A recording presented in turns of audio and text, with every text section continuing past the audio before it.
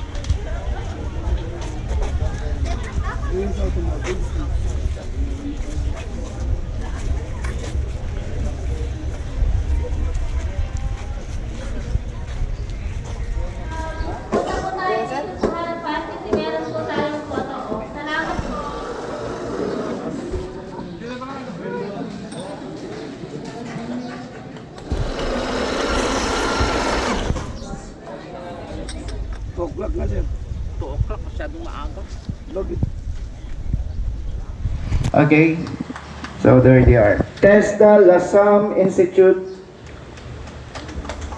the Abari Polytechnic Institute. Yung mga Ms. Rosemary Giron, PESO, LCTEC, the representative of the different employers, our partner TVIs also, presented a while ago by the president of the CATVII. Our NGA partners are all here today. It's a long vacation, kaya ang hirap magising na din na. Dahil bukas yata is a holiday. It's a family day, but you're all here. And this means, makikita yung interest natin, what we're trying to do for our people, especially our workers in government and even outside of government. When I became governor of this province, a lot of people misunderstood what I'm trying to do. Because I feel that as leaders, we become the problem solvers of our people, especially when you are with government. And ang nakikita ko kasi, hindi pa natin na-maximize ang opportunities and our capacity and our resources in the region, especially of the province of Cagayan. Una-una, our infrastructure and connectivity. Problema ho natin, going from east to west of Cagayan, is a very, very big problem already. That is why I kept on barking that we have to have bridges across the Cagayan River. Because in Isabela today, they already have 11 bridges constructed across the Cagayan River, and they had only one when Marcos left this country. We had two then. The longest bridge was constructed before the Sarwanico Bridge was constructed. And then we have the only suspension bridge in the country, the Magapit Bridge, the most beautiful bridge in the entire country. We have it. Tayo yung nauna. Pero for so many years, hindi na nadagdagan. Hindi ko malaman kung bakit. So the connectivity of our province, the towns and the barangays, has always been a problem because the two bridges are almost 100 kilometers away from each other. And yung only port natin na connection natin sa buong mundo, the Apari port, was even closed, or because of the negligence of our leaders, it closed to the world. And that was the connection of this part of the country, including that of Northern Luzon, to the entire world.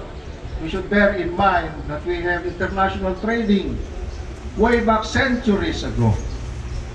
Yung mga Chinese pumasok dito sa atin through the port of Cagayan River. The Japanese came over here. Even, most especially, yung Spanish. The Spanish galleon had trading with us centuries ago. And yet, it was closed, and we closed our connections to the world because of the greed of some few men who wanted to have their own port, which never worked for us until now, after 25 years. Akala nila pinipersonal natin lahat ito.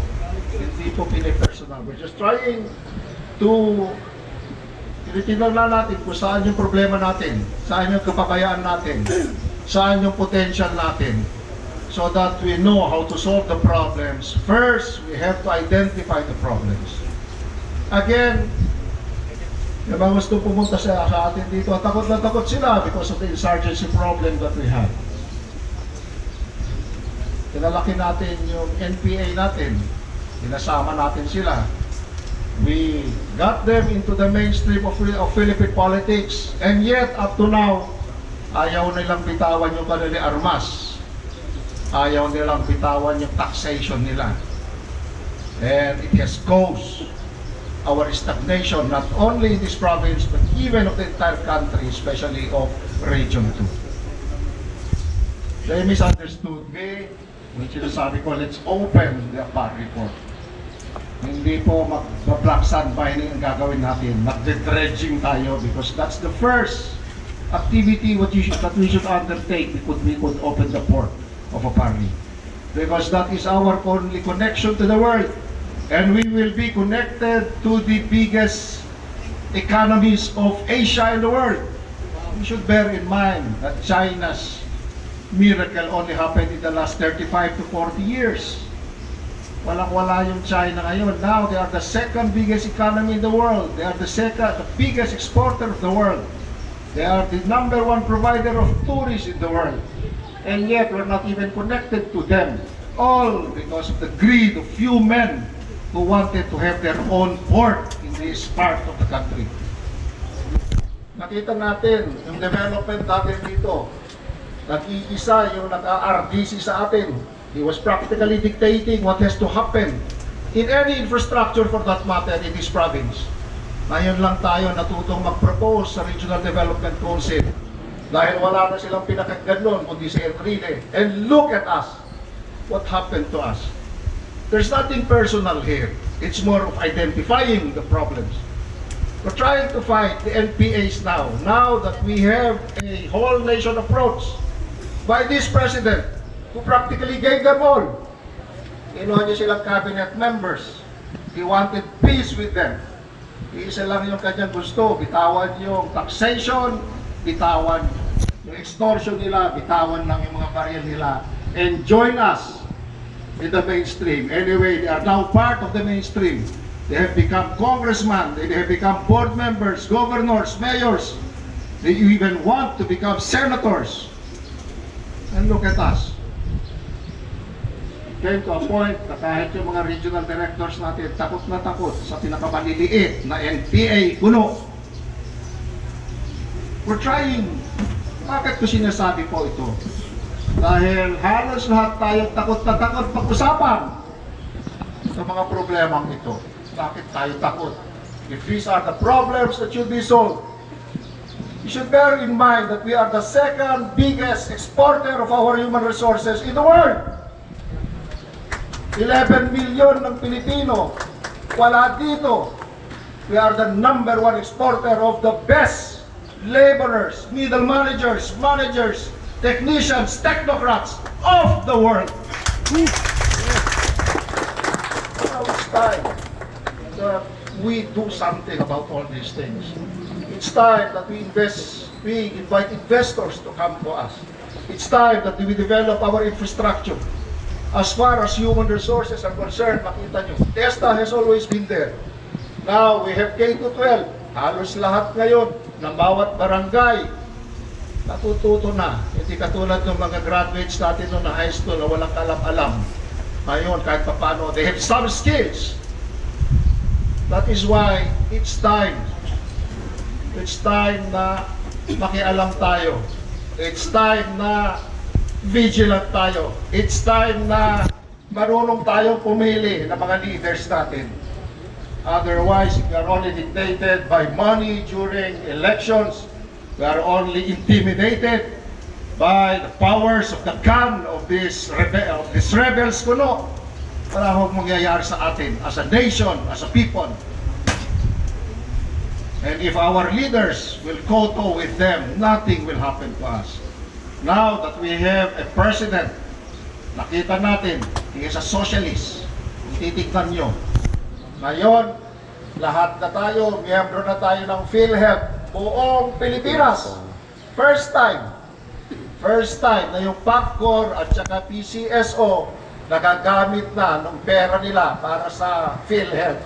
There was never a time na binitawan niya ng presidente. Gusto niya, pera niya lahat yun because you know PACCOR and PCSO funds do not go through Congress.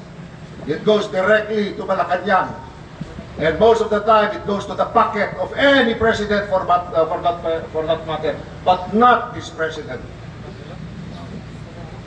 First time na yung irrigation natin, wala na tayong babayaran. Tinitignan niya na kailangan masubsidize ng gusto yung farmers natin. First time na ang tertiary education natin, libre na. First time na lahat ng Tesda graduates natin, wala nang babayaran. All of these things is geared towards our people. But most of our politicians do not know how to take care of our people. Kaya nga ho, sinasabi ko, it's time na makialam tayo. It's time na piliin natin kung sino yung namumuno sa atin. Because we have bastardized democracy in this country. Wala na tayo ginawa kung bumili ng boto. Wala na tayo ginawa kung magbenta rin ng boto. It's time to empower our people, capacitate our people, organize them, make them have good choices. Para kung hindi ho natin kakawin ito, nothing will happen in this country in the next 50 years again. That is why we're trying to do our best. And I hope you see this. I hope you do not misunderstand us. I am 61 years old. Sandali na lang dito. Baka tama yung sinasabi ni Mr. Talosig, the last birthday ko na yung August 19. I am a diabetic, I am a hypertensive, but I want to solve problems for our people. Because most of us do not want to talk about the problems. We only talk about plans that do not even materialize because we are not really addressing the problems of our region and our nation. Our problem here is insurgency. Our problem here is infrastructure. Our problem here are the kind of leaders that we elect to hold on this power. Ito po yung tingnan natin. Ito po yung pagtulungan natin para mapaganda natin. Para yung gobyerno tigasulbar ng problema. Hindi yung gobyerno ang problema ng ating mga tao. Let us stop exporting our people. Let us use them right here. Let us invite investors to come in. We are the nearest to the biggest economies of the world now. Japan, nandyan lang sa tabi natin. Taiwan, nandyan lang sa tabi natin. Korea, South Korea, nandyan lang sa tabi natin. China, the biggest, which could be our biggest market too, of anything, of our products. At kakaproblema ngayon, ang mga bansang ito, kulang sila ng mga bata, ng mga laborers. Kulang sila ng mga bata, ng farmers. That is why they are so much interested of our agriculture and aquaculture and even our livestock here. But they do not want to come over here basically because they do not want to deal with most of our political leaders and most especially of the insurgency problem that we have here, right here, and the lack of infrastructure. That is why we have to go a long way and we have to plan it out now that we have a president supportive of the people's interest. Baka next time, wala na tayong presidente ganito na lumalabad sa insurhensya. Walang pakialam sa mga congressman at mga mayor. Baka wala na tayo makikita ganitong presidente na sinusugal niya yung buhay niya, ang buhay ng mga pamilya niya just to solve of the many problems that we have. This is the first time that we see head-on nilabanan niya ang drugs, head-on nilabanan niya ang corruption, head-on nilabanan niya ang vested interest ng mga oligarchs, and head-on nilabanan niya insurgency.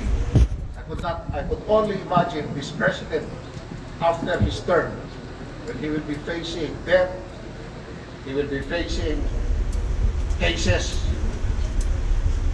because of the initiatives that he did in the last 6 years of his stay in power. That is why I am challenging, and we are being challenged by this president. We'll do what we can to solve the lingering problems of our nation, especially of our region and our province.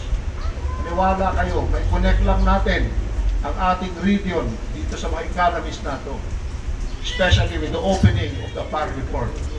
Something will happen, and this is what I believe in, and will continue doing so. And I hope that you will be with me in this regard, because marami sa atin, they want a status quo. They do not want change, they do not want reforms. They want to be there up to the end of their life. Gusto nila ipamana kahit sa mga anak nila, mga apo nila, yung mga tinatamasa nila kayo. And that is not the way it should be. Let us stop bastardizing democracy. Let us empower our people, capacitate our people, organize our people. Make them part of decision making, make them part of development, make them partners of every governmental activity that we do. I've said so many things already. Maraming salamat, Director, for inviting me over here. And rest assured that I'm trying my best. Ang daming kalaban dyan sa provincial government mismo, starting with the employees who do not want change. The members of the Sangguniang Panlalawigan, including that of the Vice Governor, who would refuse changes and reforms. But I will go on. Because I feel that these are the right things to do for a province like ours, which has stagnated for so many years now. For a province like us, who would always want a status quo to stay on with us. This is unacceptable. And I hope you are with me here, because we mean the best for the province, for the Cagayan, and for this part of the region. Napaka-swerte po natin at tayo ngayon yung pinakamalapit sa mga economies natin. But let us maximize it by connecting and reconnecting with them. As far as human resources are concerned, I think we're the best trained because we are the most welcome citizen of the world. Wherever you go, there are Filipinos. Maniwala kayo hindi, even in the developed countries, and they are the best workers. But sad to say that they have to get out of the country to enjoy the opportunity of their skills. So again, this is a challenge to all of us, and I hope that we could be together. We have a convergence of our thoughts, convergence of our action towards a better Cagayan, a better Philippines, a better region, and a better Philippines. Again, thank you so much for inviting me here, and God bless po sa inyo. Thank you very much, Governor MAMBA, for that very empowering message and for always pushing for the development of the province of Cagayan, and also for the development of Tibet in the province of Cagayan. In fact, our dear governor will be putting up 3 farm schools po in the near future. Wow. And they will be putting up training and assessment center in heavy equipment operation. So palakpakan po natin ang ating butihing gobernador.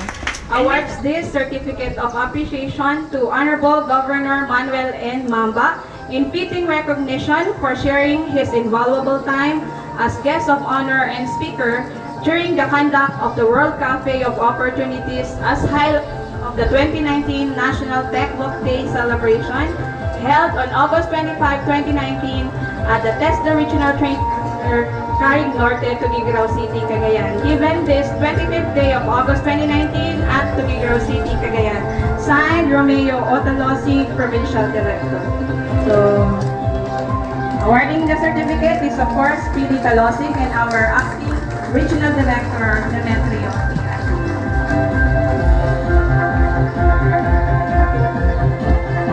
Our Acting Regional Director, Director DEMETRIO P. Anduyan. Thank you very much, Marinel. Our highly respected father of this province, the Honorable Governor Manuel and MAMBA.